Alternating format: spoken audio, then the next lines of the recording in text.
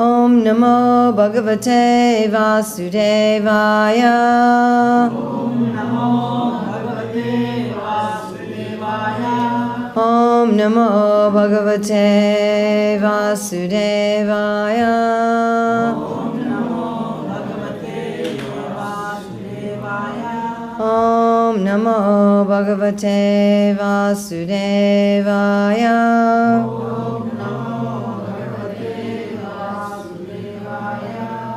So we're going to look today at Bhagavad Gita, chapter 11, text 39. This is June 9th, 2013 in Boston, Massachusetts.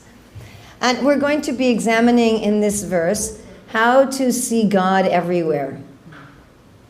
So many times people have the idea that religion is something for once a week or once a day, where I have this kind of pie of my life, and one slice is spirituality, and one slice is my job, and one slice is my family. And one of the things that I was looking for when I came to the Hare Krishna movement, and one of the main reasons I decided to join the Hare Krishna movement, was that it promotes a way of life and a way of living by which one can find spirituality at every moment. One can be absorbed in the spiritual at every moment. Actually, this concept that things are material is an illusion. Everything is the energy of Krishna, and that energy is everywhere. And therefore, in the 14th chapter of Krishna book, which is taken from the 14th chapter of the 10th canto of the Bhagavatam, Prabhupada writes, the existence of Maya, or illusion, is only within the mind. The existence of illusion is only within the mind. Therefore, if one changes one's mind, if one changes one way of thinking, then one will see everything as it really is. And how is everything really? Everything really is spiritual. Sarva kalamidam brahma. And one will see everything spiritually. So we're going to look at this text 39 from chapter 11. This is Arjuna praying to Krishna in his form as the universe. Vayor yamognir varuna shashanka prajapatistvam prapitam mahascha namo namastestu sahasrakritva punashtabhuyopi namo namaste. Translation. You are air, and you are the supreme controller. You are fire, you are water, and you are the moon. You are Brahma, the first living creature, and you are the great grandfather. I therefore offer my respectful obeisances unto you 1,000 times and again and again. So Arjuna is saying to Krishna, you are air, you are fire, you are water, you are the moon. And of course Krishna also says this, Bhumir Arpanalo Vayu Kamano Budvir Ebracha. These are his Shakti Bina, his separated energies, solids, liquid, gases, and space.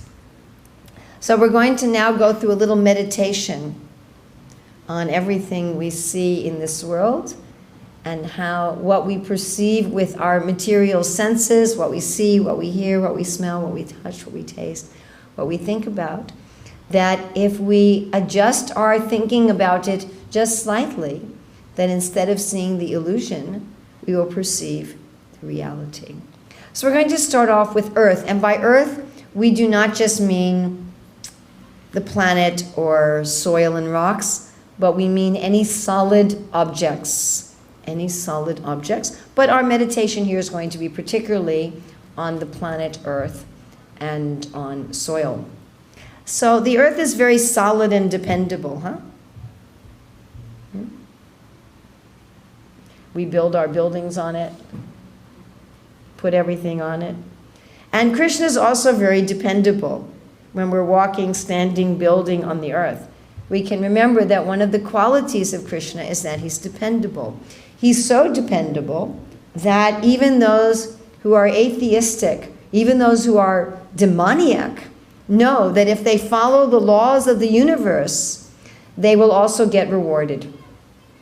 So we do not have a concept in the Vedas, like in some religious systems on the earth today, that if you love God, you go to heaven, and if you don't love God, you go to hell. That's not our concept. In fact, there's a description in the Bhagavatam of what's called the subterranean heavenly planets. So these are heavenly spheres for atheists who are good, well-behaved atheists. And in those heavens, it's a temporary heaven, it's not an eternal heaven. In those heavenly planets, there's no talk of God. You don't have to worry about it. You don't have to go to the regular heaven where everybody's pious. You know? And there's not even any sunshine. You don't get reminded of the power of God. So the point is that even the atheists, they know if we follow the laws of the universe, just like we have in the Bhagavatam, Hiranyakashipu, who was a great atheist, but because he followed universal laws, he was able to get power. So sometimes people don't understand this. Sometimes people will say, why is it that those who are atheists can have positions of power and those who are pious sometimes are in difficulty? Because there's rules, and Krishna is dependable. So just like the earth holds up, the earth is dependable, and the earth holds up everyone. So when we're walking on the earth, when we're building on the earth, we can remember, oh, Krishna is also dependable like that. Krishna holds up everyone. Krishna supports everyone. And then the earth also reminds us of the fact that Krishna says that he is the fragrance of the earth. Yes? Yeah.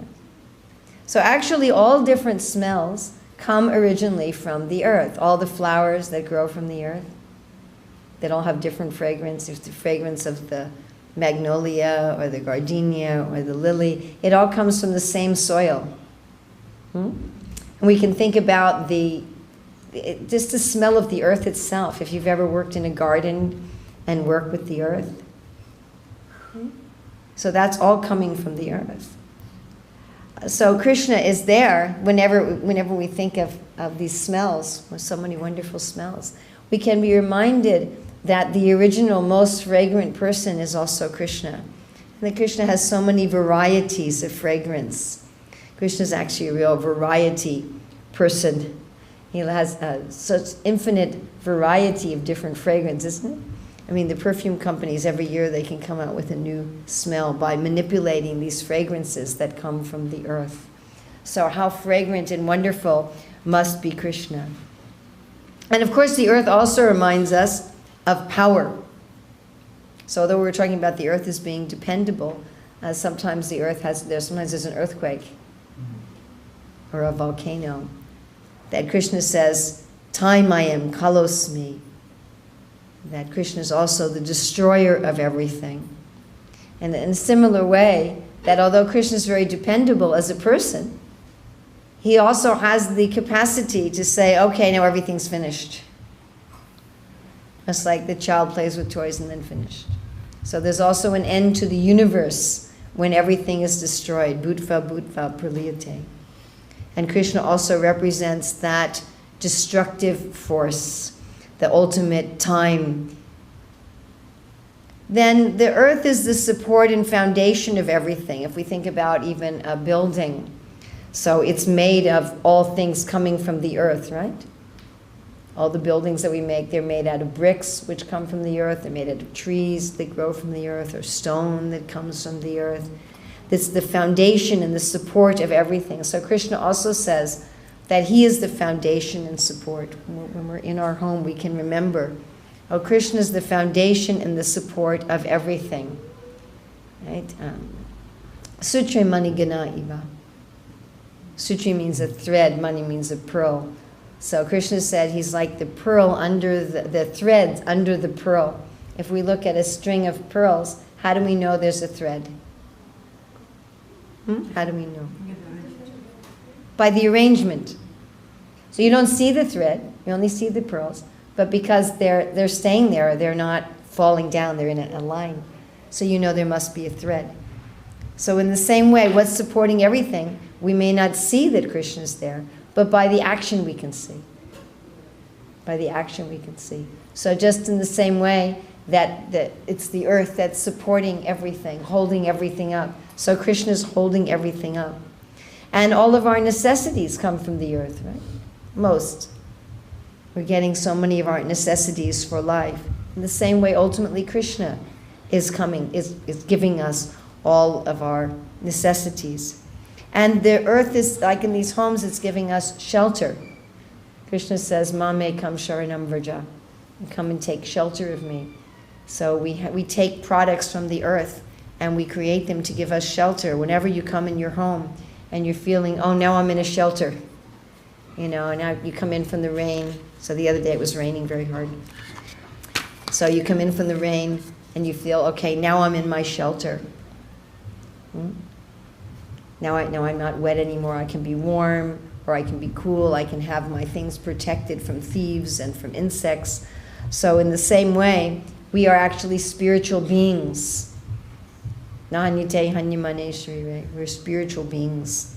And when we revive that memory that I am a spiritual being and I'm part and parcel of Krishna, then we also feel completely sheltered. Then we feel nothing can actually harm us. Apparently it may harm our body, but nothing can really harm us. So anytime we're in our home and we feel this, yes, now I have some shelter, we can remember that Krishna is the ultimate shelter. And of course our homes not only shelter us in a literal gross sense, but we generally think of our home as a shelter in a subtle sense. We think of our home as where our parents raised us, you know, being with our mother and father, and unless some of you had a very difficult childhood, which is becoming more and more common, unfortunately. So one can think when one goes home that Krishna is the ultimate mother, as he's saying in this verse. He's the grandfather. He's the real mother and father and grandfather that give us our ultimate shelter. Then the earth is also the origin and the resting place of our bodies. Our bodies are sustained from the earth. It's formed from the foods that we eat that grow from the earth. Just like my finger, you know, yesterday it was a chapati. Yesterday it was a piece of bread or an apricot, right? And now it's a finger. So what's sustaining us is coming from the earth. And then when I leave this body, then the body's going to go back in the earth. Either it will be buried in the earth or it will be burned, right? Or in some parts of the world they leave it out for animals to eat. But in some way it's going to go back into the earth. So in the same way, Krishna is our origin. We come from Krishna and we rest also in Krishna. Therefore we can see Krishna's divine qualities in this function of earth. Then it's very satisfying and peaceful to work with the earth. If you ever grow things. Anyone here ever plant anything? Anybody here ever grow anything? Plant anything? Yes, when you work with the earth. Isn't it very satisfying and peaceful? Very therapeutic. Putting seeds and, right? And so can remember that we also find a lot of peace and satisfaction when we spend time with Krishna, when we chant his holy name, when we are with him in any kind of meditation. Then people talk a lot. Jai, she gotta go be both. People talk a lot about being centered or being grounded, being balanced, having a balanced life. So what is more balancing and centering and grounding than the earth? When we walk on the earth, you walk barefoot on the earth, you feel very centered and grounded and balanced. But the ultimate center and grounding and balancing, of course, is Krishna. So when you get that sense, remember that Krishna is the ultimate centering and grounding. And not only is it satisfying to work with the earth in terms of planting things, but also the earth is the source of the materials for creativity. When you do painting, when you do sculpture, all those materials come from the earth. So in the same way, we can remember that Krishna is also the ultimate creator. How he's creating the sunset and the sunrise and all the bodies of all living things and so much incredible artistry. I mean, whatever we can make is just a dim reflection or imitation of Krishna's creative genius. And then the earth planet is the largest object that we deal with in our everyday life. And Krishna is also talked about as the biggest of the biggest. Right? And we can't see beyond the horizon. We can never really see the whole earth planet. Even if you go in a spaceship, you're only seeing half of it.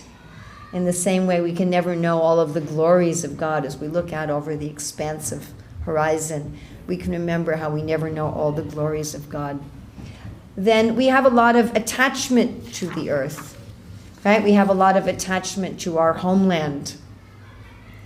People are not only do we have a sense of shelter in our home, but we have a general sense of attachment to wherever we grew up. Just like yesterday we went to Rath Yatra in Manhattan, and I grew up in Manhattan in New York. And just being there, I felt like, yes, this is my place. So everyone has this kind of sense, this is my home. Right? One of the devotees came to me and said, well, Urmila, welcome home. And people are so attached to their homeland, they're willing literally to cut off their right arm for their homeland. Isn't it? Somebody was saying to me the other day, is there any amount of money for which you would give your right arm away? If someone offered you $1,000, would you cut off your right arm? $1 million, $1 billion? Who would do that? Nobody, right? There's no amount of money for which you would cut off your right arm. But for love of country, people are willing to lose their right arm. Isn't it a fact? Doesn't matter what country it is. Doesn't matter what time in history. People have been willing to join the military and lose their arm, lose their leg, lose their eyes, lose their life for love of homeland. Isn't it correct? Yes. Such deep attachment to the homeland. But actually, that is the kind of attachment we should have for Krishna. Krishna is our real home. Our real home is not the home of this body on the earth. Our real home is with Krishna. So whenever we notice this kind of attachment to homeland, and we can be reminded that those who realize that Krishna is the ultimate shelter, those that realize that in Krishna is the ultimate home, is it so surprising that such persons are willing to sacrifice everything for Krishna? And not only are we attached to our homeland in an emotional sense, but we're all attached to the earth in a very literal physical sense. I don't see anybody here floating in the sky. Huh? We're all stuck, aren't we? There's this force called gravity that sticks us to the earth. You can jump a little bit, but you have to come back down. You can go up in your airplane, and you have to come back down. So Prabhupada says that this force of gravity is actually Krishna. Literally it's Balaram. But this is God. The word Krishna means all attractive. So we're all being attracted to the earth. When are we without gravity? How can one forget Krishna? People say, how do I remember Krishna at work? Well, are you experiencing gravity? And you can remember, just like this planet, which is just a speck in the universe, is exerting so much attraction that we are literally stuck to it.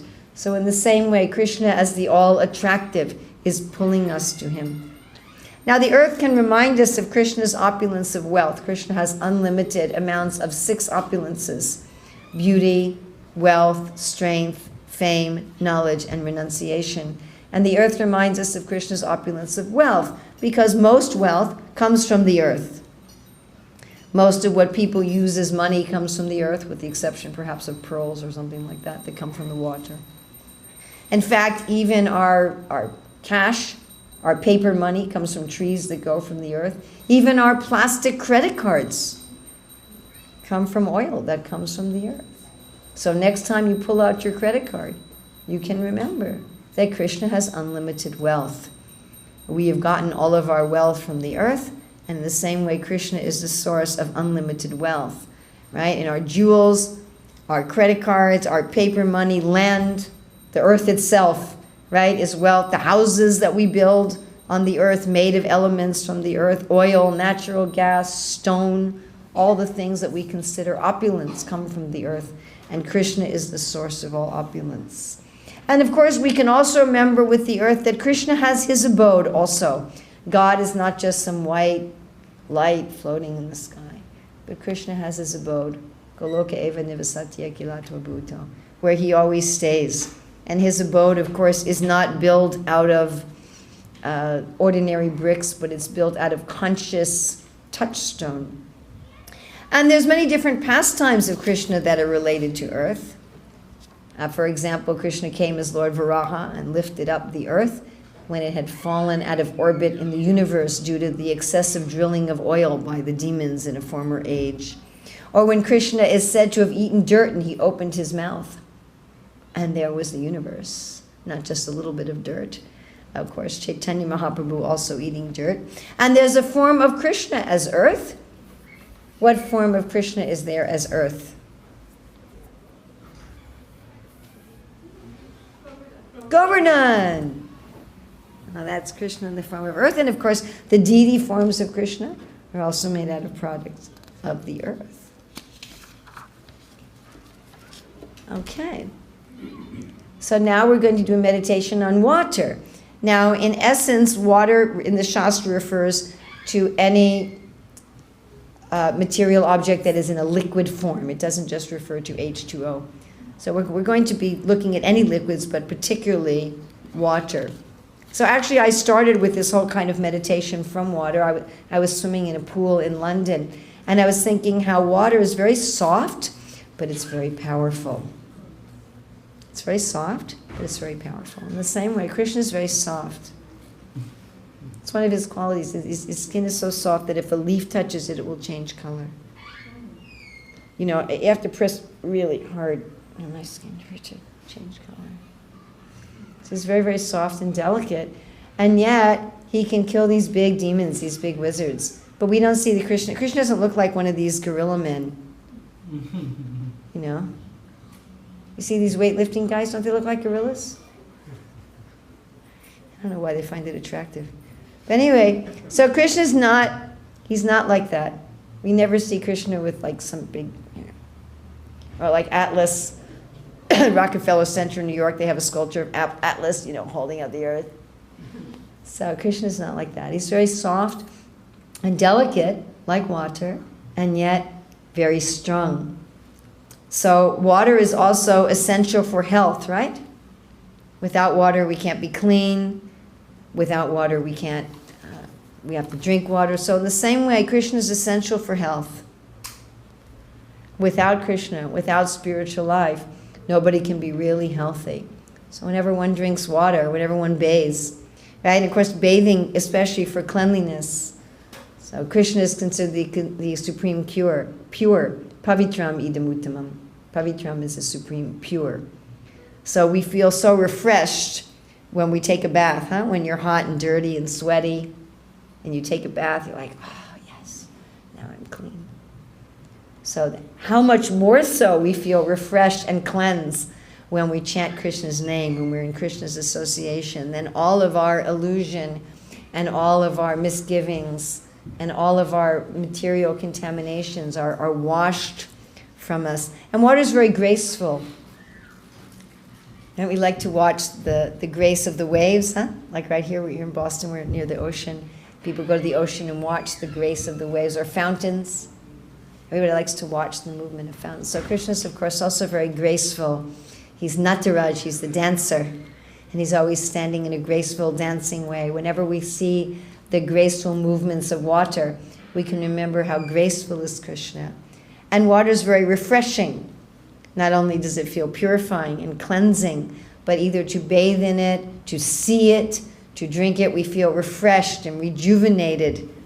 And so Krishna is also very refreshing.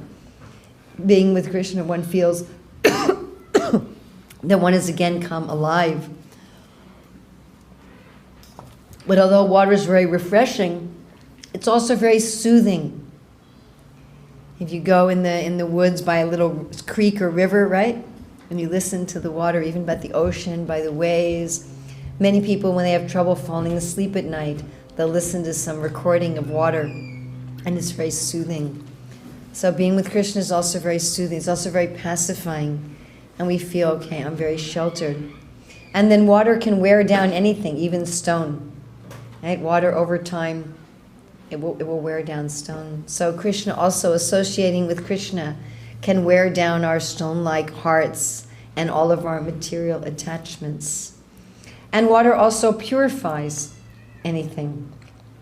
So Krishna also, it purifies us of whatever evil or unwanted tendencies that we have. Then water is very musical. The sounds of water make very nice music. And of course, whenever we hear the sounds of water, the gurgling of the brook, the crashing of the waves, then we can remember how Krishna is also very musical. In fact, when Krishna jumped in the Yamuna to fight with Kaliya, It's explained by the acharyas that when he was hitting the water, it sounded like music, as Krishna was playing in the water. Then water is very secretive. You go to the ocean, and you don't see that there's a whole world hiding within the water. As soon as you put on some goggles, or if you've ever seen underwater photography, but you just go to the ocean, look, it just looks like practically all the same color, right? So Krishna is also very secretive. It's hard to find him, and it's hard to understand what's deep within him. They're very hard to understand. And then water, you go to especially the ocean, is very deep and broad. So Krishna is described like this also, as deep and broad. And just like the earth is a shelter, so the water is also a shelter for so many living entities. And when we see the water as a shelter, we can also remember Krishna. Then Krishna says, Rasoham apsukanteya, that I am the taste of water. Now, in fact, water provides the taste for everything. We did this as a science experiment when we were in school, where you take a towel, you can try this at home. Try this at home. So you, instead of don't try this at home, try this at home. So you can, when you go home today, you can try, take like a towel or something and dry your tongue, dry out your mouth, and then put some sugar or salt, or you won't be able to taste it. So all taste has to have liquid. In fact, any sense enjoyment requires moisture. Your eyes have moisture, right? You can't see. If your eyes dry out, you can't see anything. You can't even open your eyes. Our nostrils are also lubricated, yes? Otherwise you can't smell if your nose is dried out. Our ears also have wax and lubrication, or we can't hear properly. Our skin, if your skin is all dried out and without any moisture, then the sense of touch becomes very displeasing. So any kind of enjoyment, any kind of sensual enjoyment requires moisture, requires liquid.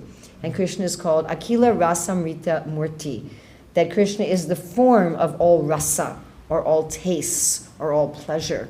So whenever we're in contact with liquid, we can remember that whatever pleasure we're getting from anything sensory in this world, that actually the real source of that pleasure is Krishna. And then, of course, when you add water to other liquids, it increases the volume without being able to tell that you've added water, right? If you have juice, you add a little bit of water, it just seems like there's more juice. So when you add Krishna, it increases everything else. Now, water reminds me particularly of Krishna's opulence of fame. I was thinking that most of the very famous places in the world have to do with water, and Krishna, of course, is the most famous. Everyone has heard about God. And Krishna, water also reminds me of, like earth reminding me of Krishna's abode, so water reminds me of Krishna's pastimes. Because whenever people want to vacation, they go to a place where there's water or snow, generally. People go to some place where there's water or snow when they want to enjoy and have fun. So water reminds us that Krishna is always having fun. He's not just some old man, some faceless old man on a throne going, heaven, hell, heaven, hell. Have you seen that little track? But Krishna is always enjoying, and that Krishna is very youthful in his enjoyment. And then, of course, Krishna has many pastimes in relation to water. He's always swimming in the Jamuna and Radhakund, so many different places. He's lying in the water as Anantasesha. He's lying in the water as Vishnu, breathing out all the universes. He's playing in the water as Matsya, playing in the ocean of milk, of course, as Kurma. So now we're going to look at fire. So fire in the Shastra doesn't just mean fire itself, but any kind of radiant energy. But we're going to look particularly at fire. And first we're going to look at heat and then light. So the qualities of heat. So the heat is invisible. You can't see heat, and yet it affects you. So again, this reminds us of Sutre Mani Gina Iva, that Krishna is the thread under the pearls. So you can't see the thread, but you can see the effects. You notice the effects. So we notice the effects of heat, but do you see heat? Can you see heat itself? No. You can just see it by its effects. And of course, heat is very powerful. Although it's invisible, it has great power. So in the same way, Krishna, although we can't perceive him yet, he's very powerful. And heat is powerful in the sense that it moves things. Heat moves and flows. It moves the water cycle. It's the heat of the sun that pulls up the water that comes down again is the rain. It's the heat from the sun that's vibrating off the earth, that's moving the air currents. So in the same way, Krishna is moving and animating everything. He says he's the life of all that lives. And heat not only moves everything, it excites everything. Heat excites the molecules in a substance so they start crashing into each other. That's the way food is cooked. So whenever we're cooking, we can remember that Krishna is the one who gives all excitation. Krishna says, I am adventure. And of course, heat also destroys structures and creates new ones, especially when we're cooking. So heat is breaking down the structure of the food and creating another structure and a different taste. So in the same way, Krishna is always destroying and creating new structures and new tastes and new enjoyment. And transforming, like heat is transforming the texture and the flavor of food. So Krishna is also transforming. And when we come into contact with Krishna, he transforms, he cooks us, huh? He transforms our texture and flavor and makes us very, very tasty. Sorry for any of you raw food people, but so Krishna changes us from something hard and dry to something juicy and tasty and full of flavor. And of course, fire is also digesting our food.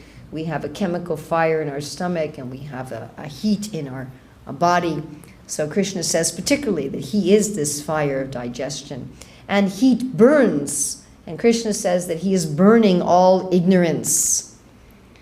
And Krishna identifies himself with this heating power of the sun, which is very much related to his Sudarshan weapon. The Sudarshan weapon is very much related to the sun, which sanitizes everything and cleans everything, just like everything is cleaned in the fire of sacrifice. Now, the heat of fire is also compared in the Shastra to the mouth of the Lord that eats everything offered in sacrifice.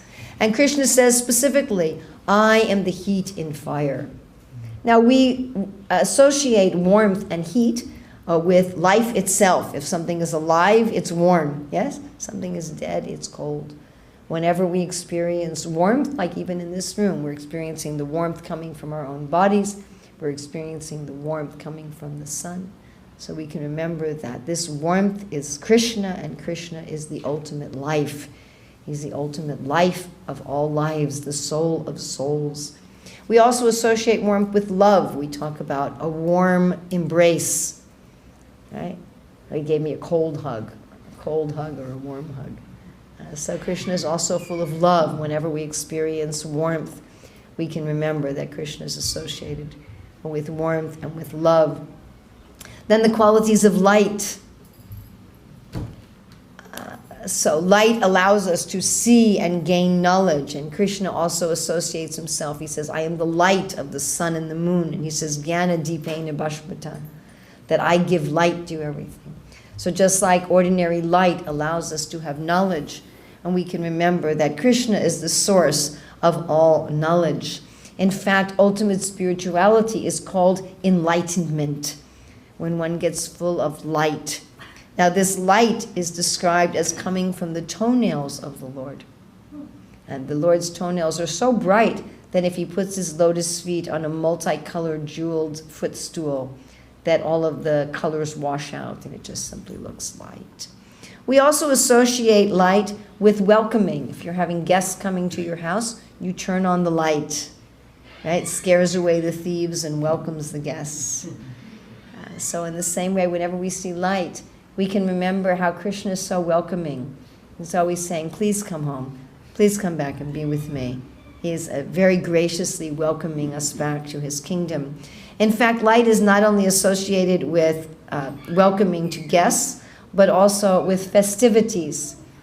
So many of the holidays of various religions and even national secular holidays are very much associated with lights. Yes? And as Krishna says, he is this light. We can remember that Krishna is very festive. It says in the spiritual world that every day is a festival. Every day is a holiday. Krishna is full of play. We also talk about light-hearted persons who are full of light, very jolly. And Krishna is this Dhira Lalita, who's very jolly in his activities. Light is also the source of all food. All of the vegetables that we eat are simply transformed light, yes? Yes? So all the plants, they're made out of primarily light. Light and a little bit of soil, minerals, and water. So Krishna is this light. We're really eating light. The yogis can just eat light directly, of course. So we're eating light transformed into plants. And so in the same way, Krishna is really giving us everything for our sustenance. And then there's the light of the moon, which is very cooling and beautiful, like a pearl, and refreshing, and increases people's romantic inclinations. So in the same way, Krishna says he's the light of the moon. He's cooling and refreshing, and he incites our divine love. Then there's also the light in one's eyes, right? Someone who's alive also, they're not only full of warmth, but there's some light. I remember reading the story of a man who made his career by trapping predator animals for the government out west, like coyotes and things like that. And one time he was with his 10-year-old son, and they found an animal still trapped in the trap who was still alive. And as they were watching, the animal died, and the young boy said, "Why did the light go out of his eyes?" And after that, the man changed his career and decided he became a vegetarian, decided he was going to protect animals. Bhaktivinoda, in his song Mana Mana Mandire, he says, "My dear Lord, I will offer you arti with the light of my love." So whenever we see the light in someone's eyes, we can remember how Krishna's eyes are full of light. Actually, Krishna's eyes are the sun and the moon, and from Krishna's eyes, all the light in the world is coming, and this light is the light of love. So fire reminds us of Krishna's opulence of beauty, because after all, it is only with light that we see beauty. Light provides the ability to see beauty, the ability to see form, and light is full of all the colors which make up beauty. And Krishna's form also glistens and shines with a light. And it's explained that Krishna's cheeks are like mirrors that reflect the earrings swinging on him. And of course, fire also and light is indication of strength and health.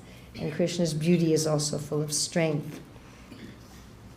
And then Krishna has some pastimes related to fire. There was twice that Krishna swallowed a forest fire.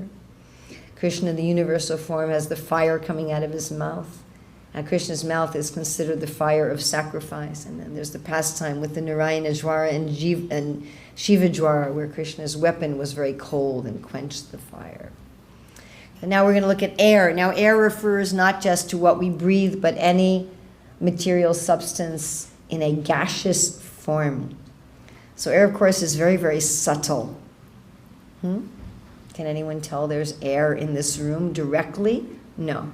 Can you perceive it? No. And yet air is pressing on our skin with 14 pounds of pressure per square inch. So again, it's one of those things that you can only perceive by its effect. You can only perceive air when it moves something else. So we only see Krishna when he acts in the world. We see him through his effects. And of course, when we're breathing, Krishna says, I mix with the 5 kinds of air to digest the food stuff. And as we read in today's verse, where Arjuna says, Krishna, you are air. So if you try now, become conscious of your breathing, and that air is actually Krishna. Now, air can move things that are apparently much more substantial than itself.